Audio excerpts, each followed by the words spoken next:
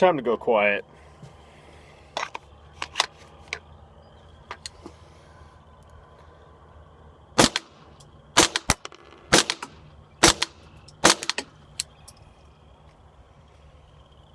Definitely don't need these anymore.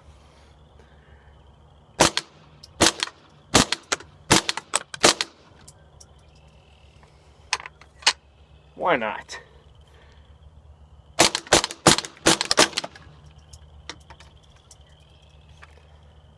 Now that's quiet. Oh yeah, it is definitely quiet.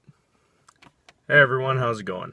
My name is Luke, and today I figured I'd give you guys a little bit of a treat and showcase my AR22 pistol as well as my Form 1 suppressor that I got approved for back in late October of 2016. Now, I do apologize a little bit for any camera glare that you might be seeing, but also I definitely apologize because there might be a little bit of noise interference because it is a bit windy, but also it's kind of wet. I don't know if you can see that. It's just a little bit wet outside, but hopefully before it gets any worse than it is right now, it's just misting a little bit, but hopefully before it gets any worse than this, I can showcase a little bit of the sound quality that you can come to expect from suppressor ownership, especially in something as compact as an AR22 pistol, and as short. It's a decently short pistol, but I will cover that a bit more later on in this video. But right now, I'm gonna cut here, and I will start shooting for you guys. Okay, here we are. We're gonna do a little bit of shooting, and again, I do apologize. I don't know if the microphone will be able to pick up any of the wind, but it's not blowing all that hard. But again, I do apologize. But without further ado, here is the AR22 pistol that you saw in the first part of this video. Right now, currently, I just have a hand stop on it that uses the suppressor mount that is built into the handguard, and I will cover that a little bit more at the end of this video. But right now, we're just gonna do a little bit of shooting with this. And just to cover a few features, this has a skeletonized stabilizing fin, skeletonized grip, and just a plain old run-of-the-mill handguard with hand stop. I'm running a Vortex Spark optic with a co-witness flip-on iron sights. But let's get down to this. I'm going to do a little bit of unsuppressed shooting for you guys first, and then I will go into the suppressed shooting. And because of what I'm standing underneath, it'll actually aid in showcasing the difference in sound quality that you can expect from this. So let me pop in my other earplug here, and I will get down to it. And I might even grab my Gong, make another clip of me shooting that so you guys can actually hear that, if you guys can. I don't know if it'll pick it up again, but here we go. Turn that on. Let's see. Let's do a 10-rounder first. Alright, here we go.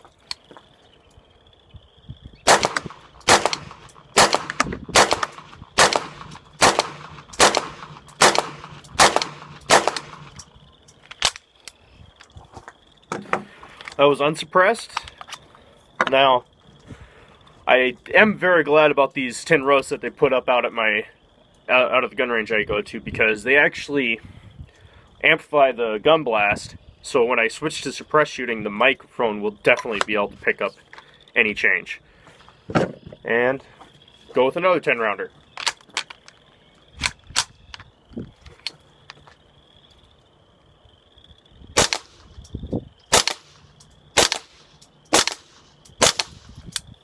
Safety on. I'm going to pull out my earplugs here because, again, this is a suppressed AR22 pistol, so most of the bullets coming out of this length of barrel will be almost subsonic.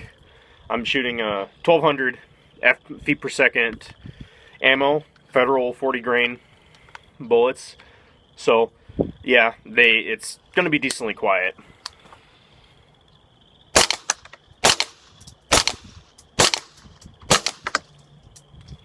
There we go. That was both unsuppressed and suppressed. Why don't I just load up a 20 rounder and go to town and unload for you.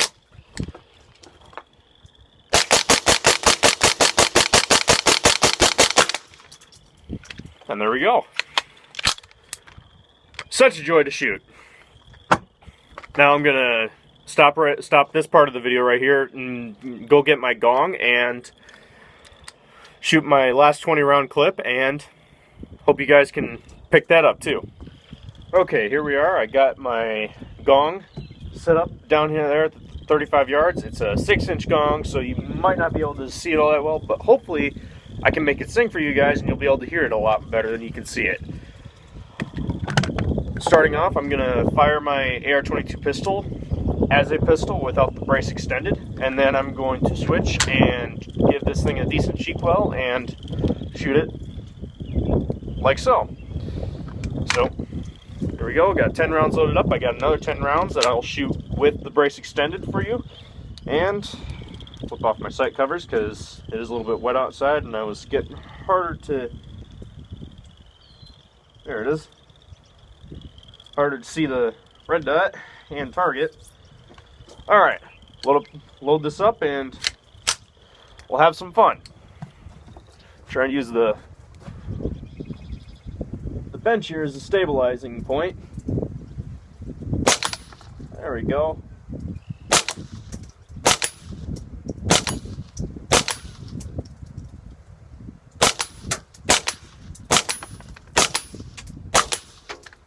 Okay, that was first 10.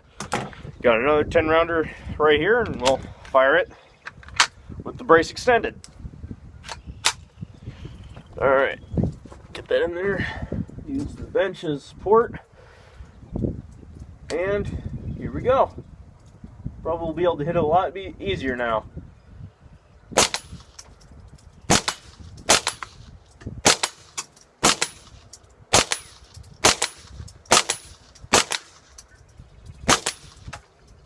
And that was the other 10. And that is my AR22 pistol, guys. So I'll stop the video right here and I will go someplace a little bit less wet and windy for you guys and talk to you guys a little bit more about this setup and what I all did with it. Especially the suppressor, considering a lot of people are going to be curious about that and what I all did with that. So, see you guys then. Alright everyone, we are out of the rain and back at my place to talk a little bit in more detail about my AR22 pistol setup and what I all have for a setup.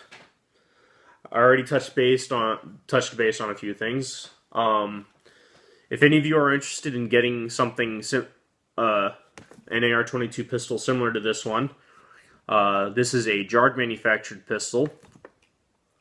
Excuse me, there. It will not come with the folding hinge. This is also one of their products, the folding hinge, but it'll not come like this with the folding hinge and pistol buffer tube. It'll just be like this with a rear cap of some kind. But if you guys are interested in getting a folding hinge, excuse me, if you guys are interested in the folding hinge, you can ask about it and they will provide it for you if you are interested in doing something similar to that, to what I have here. I already mentioned the Vortex Spark Optic, as well as the MBUS Pro flip-up iron sights. But the one thing that a few of you might be curious about is the way I designed and built this handguard with the quick detach system here. And in this case, it's a tri-lug mounting system that works with my suppressor that I also have, which I'll get to here in a little bit. But all the 3 furniture components here, the stabilizing brace, the pistol grip, as well as the handguard, are all 3D printed.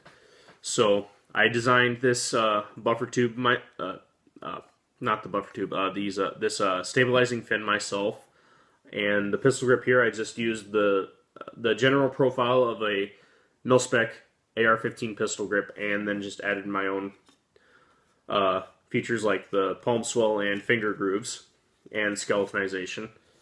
And then the handguard here, like I said, all 3 of these components are 3D printed, which is how I was able to get away with this design and how I was able to get it to work. So again, this is 3D printed. It's a plastic handguard, and it goes in conjunction with this 3D printed suppressor. So again, this is a 3D printed suppressor, and just to showcase again how this works, it's a tri-lug system, so it has the 3 lugs and it fits into there, and it just slips right in, twists, and locks into place. Decently solid.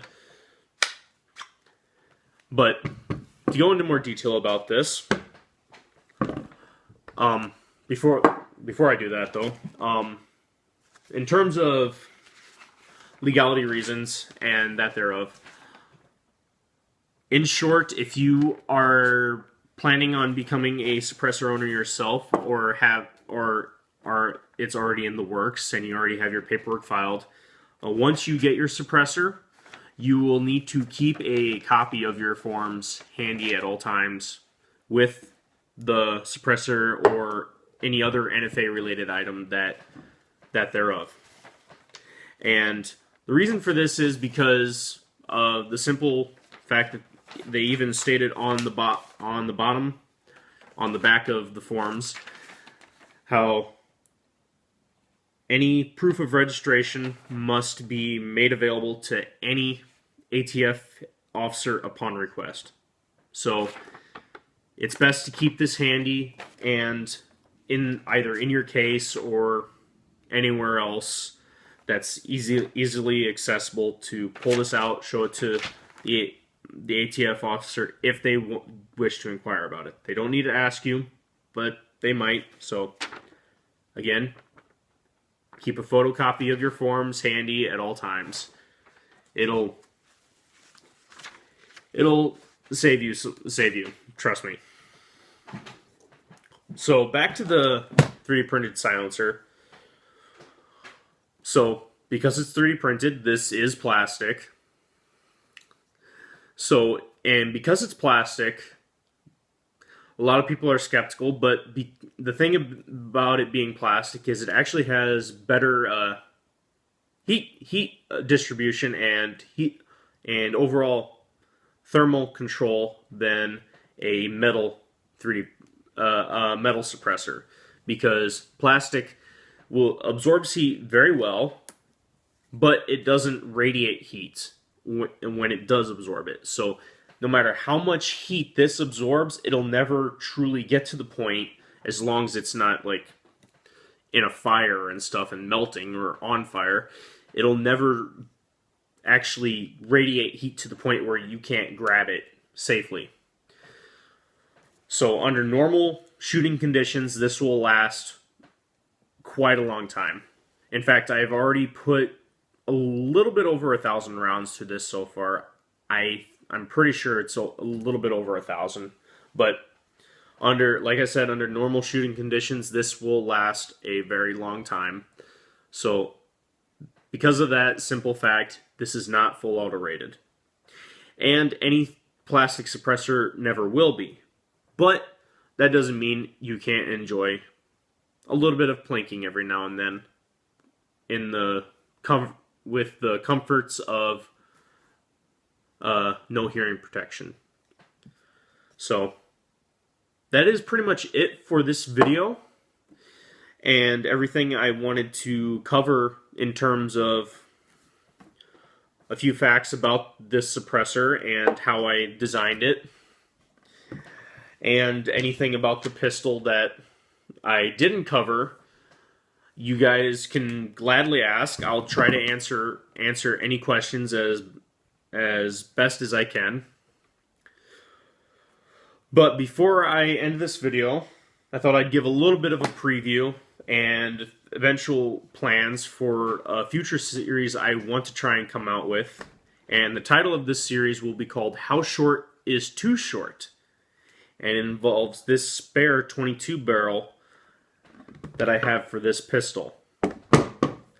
That's the hint, guys, and pretty much, if that's not obvious enough, I don't know what is. But hopefully everyone enjoyed watching this video. If you did, leave a like. And like I said, if you have any questions, I'll gladly answer them. And if you guys want to stay tuned for this upcoming series, I'm going to try and get the series out within a week and a half-ish. So it's not going to come up right away, but I'll try to get it out there because I really want to try this and I want to get it out there and do the testing involved in this process. So I hope everyone enjoyed, and I'll see you all later.